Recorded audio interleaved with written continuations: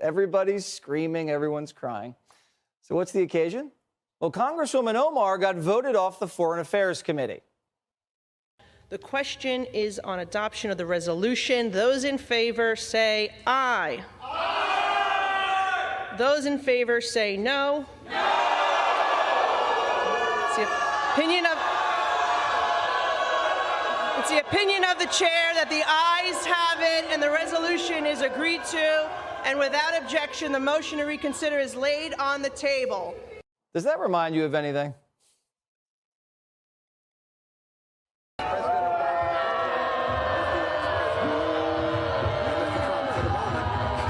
McCarthy yanked Omar off Foreign Affairs to pay back Pelosi for yanking his people off committees. He didn't want to do it, doesn't think it's right, but he had to do it. You can't let Democrats boot your boys off committees and turn the other cheek. What's good for the goose is good for the gander. Consistency, there is nothing consistent with the Republican Party's continued attack except for the racism and incitement of violence against women of color in this body. Today we are watching what I consider one of the most satisfying moments in recent political history. Look, the media is going to try to tell you this is about identity or targeting women of color, but as we just saw in that opening clip, the American people aren't buying it anymore. We're watching a masterclass in deflection from the left while the GOP finally finds its backbone. This video is a roller coaster.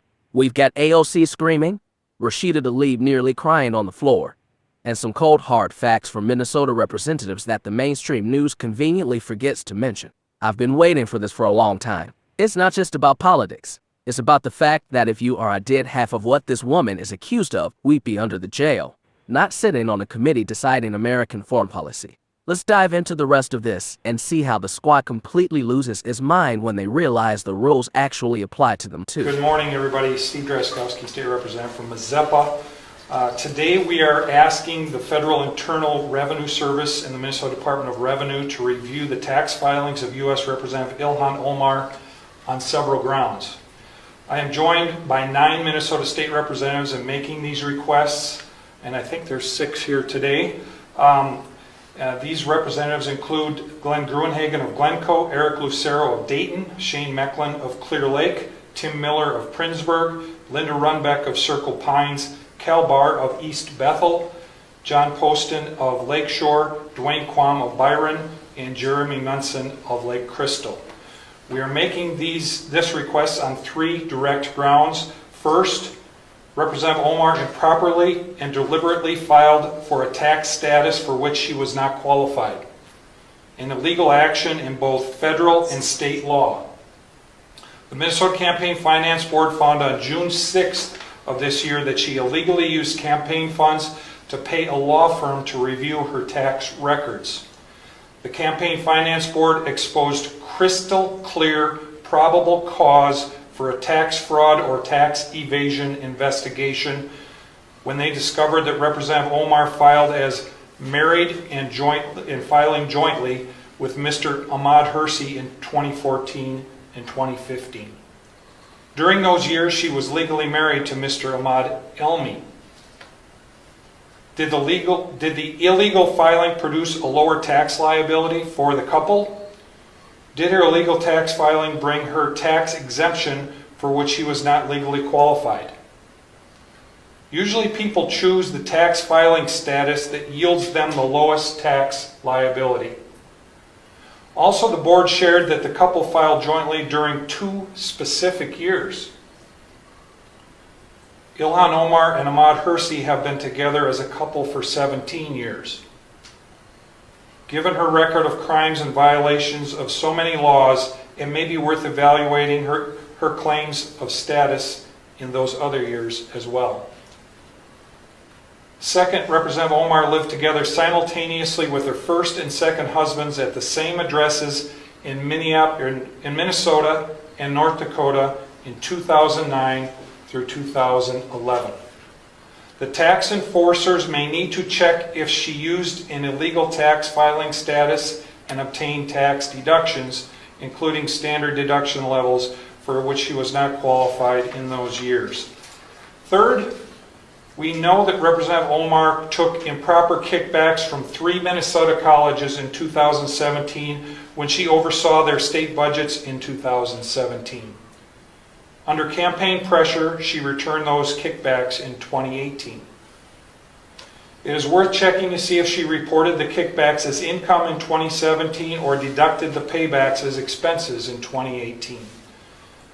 5 grounds for an investigation include corruption in public office and tax evasions on grounds of illegal filing status, improper deductions, concealed income from kickbacks, and improper claims for expenses. We are also aware of Representative Omar's pattern of improper conduct. She has been fined by the Campaign Finance Board for diverting campaign funds for an unpermitted political trip to Orlando. She has been directed to pay back her expenses for uncovered political trips to Boston, New York, Philadelphia, Chicago, Florida, and Washington, D.C. She has been punished for conversion of campaign funds to pay for personal legal and accounting services.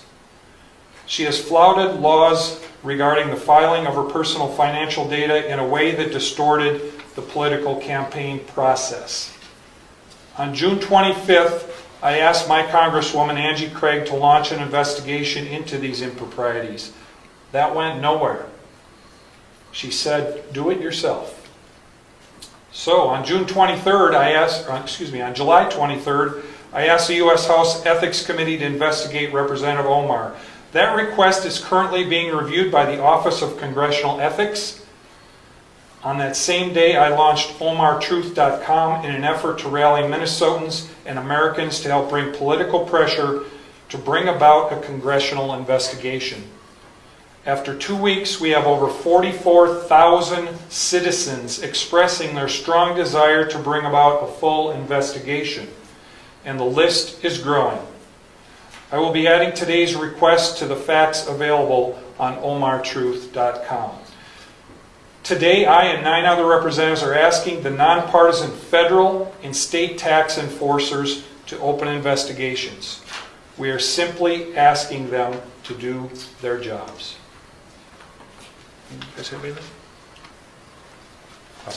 Questions, anyone? Do state lawmakers have sway to influence the IRS or Minnesota Department of Revenue? Have you successfully asked for such things in the past? Is there precedent? I think certainly there's precedent, and I think it's incumbent upon us, Mary, lawmakers, the media, and others, when they see very clear, blatant violations of our laws, to find every way we can to appeal to the people who can investigate and prosecute those laws. And that's what we're doing here today. How would a state lawmaker's request be different, though, than an average citizen? That's what I'm asking. Do you have any special sway or ability to request something? You know, I don't think so. You know, I guess the fact that we each represent 40,000 people might be helpful, and it might be something that that those individuals take under consideration. But this gives us an ability, I think, to, in an organized, deliberative fashion, say, we have asked the Minnesota Department of Revenue to do their job. We have asked the IRS to do their job. Before we got here today, we don't know if they have been fully informed and appraised of these facts. After today, we can be sure that they have been fully informed and appraised of these facts. So President Trump has an obvious place in this as the head of the... I had a member of the Republican caucus threaten my life, and you all and the Republican caucus rewarded him with one of the most prestigious committee assignments in this Congress. This is about targeting women of color in the United States of America. Don't tell me, because I didn't get a single apology. Time has expired. When my life was threatened. Thank you. Republicans are waging a blatantly Islamophobic and racist attack on Congresswoman Omar. And I've said it before, I will say it again. The white supremacy happening is unbelievable. This is despicable. This is just a bunch of racist gaslighting. Could it be the way that she looks? Time has Could expired. it be her religious practices? This clearly isn't about what Ilhan Omar said as much as who she is. Being a smart, outspoken black woman of a Muslim faith is apparently the issue. The GOP is now doing what it is best at, weaponizing hate against a black, beautiful Muslim woman. They turn Congress into a place of fear-mongering hate. It is so painful to watch who you all are, really. The gentlewoman's time has expired. Omar will not be silenced. The gentlewoman's time has expired. To Congressman Omar, I am so sorry, sis, that our country is failing you today through this chamber. You belong in that committee. The gentlewoman is no longer. Well, I am Muslim. I am an immigrant, and interestingly, from Africa. Omar is not just a congresswoman. She tells us she is a global citizen, and people around the world celebrate her accomplishments. We don't know what those accomplishments are, but if you listen closely, the world is clapping. I'm in a town where we have a lot of people who are refugees who have come, some from Somalia, some from Bosnia. I've never heard one of them say that America's a terrible place or be unappreciative of our country. Most of them are thankful. I've met people who've come here from behind the Iron Curtain that got away from communism. They're some of the best Americans we have because they really appreciate how great our country is. And then I hear Representative Omar say, "Oh, America's a terrible place. I thought there'd be justice, and there's no justice here." It's like, well, she came here and we fed her, we clothed her, she got welfare, she got school, she got health care, and then lo and behold, she has the honor of actually winning a seat in Congress, and she says we're a terrible country. I think that's about as ungrateful as you can get. And so while I'm not saying we forcibly send her anywhere, I'm willing to contribute to buy her a ticket to go visit Somalia.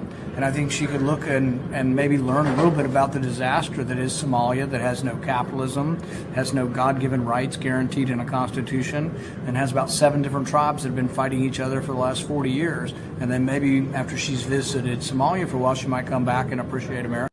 Unbelievable. Just unbelievable. I don't know about you, but watching the squad have a collective meltdown is almost as satisfying as the vote itself. Did you see AOC? She's up there waving her arms talking about consistency and incitement. AOC, honey, the only thing consistent here is your party's habit of calling everything racism the second they lose a vote.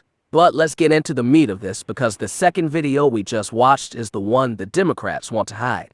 Those Minnesota state representatives laid it all out. We're talking about tax fraud. We're talking about filing joint tax returns with a man who wasn't even her legal husband at the time. We're talking about using campaign funds, money meant for political work, to fly all over the country to Boston, New York, and D.C. for personal legal fees. How is this woman still in the building, let alone on a foreign affairs committee? The left wants to act like this is some Islamophobic attack. No, it's a Stop Hating America attack. As Rand Paul pointed out in the clip, she's a refugee who was given every opportunity this great country has to offer: health care, education, and a seat in the highest halls of power. And yet, she spends every waking moment criticizing the very flag that protects her. If she's so miserable here, maybe she should take Rand Paul up on that ticket to Somalia. And don't even get me started on the emotional performance from Rashida Tlaib. Watching her sob because a colleague has to face consequences for controversial rhetoric is political theater at its worst. They turn the floor of Congress into a middle school drama club. Then you have Candace Owens at the end just completely challenging the narrative. The Democrats use these threats of white supremacy as a smokescreen to ignore the real issues like fatherless homes and failing education systems. They want to talk about Ilhan Omar being a global citizen. No, we need American representatives who care about American interests. The Minnesota representatives mention omtruth.com and the 44,000 citizens who signed that petition. That's the real story here. The American people are fed up. We are tired of the double standards. We are tired of the kickbacks and the improper conduct being swept under the rug because of someone's background. Finally, Kevin McCarthy did what he said he would do. He promised to remove her, and he delivered. This isn't just a win for Republicans. It's a win for the integrity of our government. If you want to criticize America while playing fast and loose with your taxes, you don't get to sit at the table where the big decisions are made. What do you guys think? Was this long overdue or what? I'm feeling a sense of celebration today because the squad finally learned that they aren't untouchable. Drop a comment below. I want to hear your thoughts on AOC's performance and those tax fraud allegations. Don't forget to like and subscribe because the accountability tour is just getting started.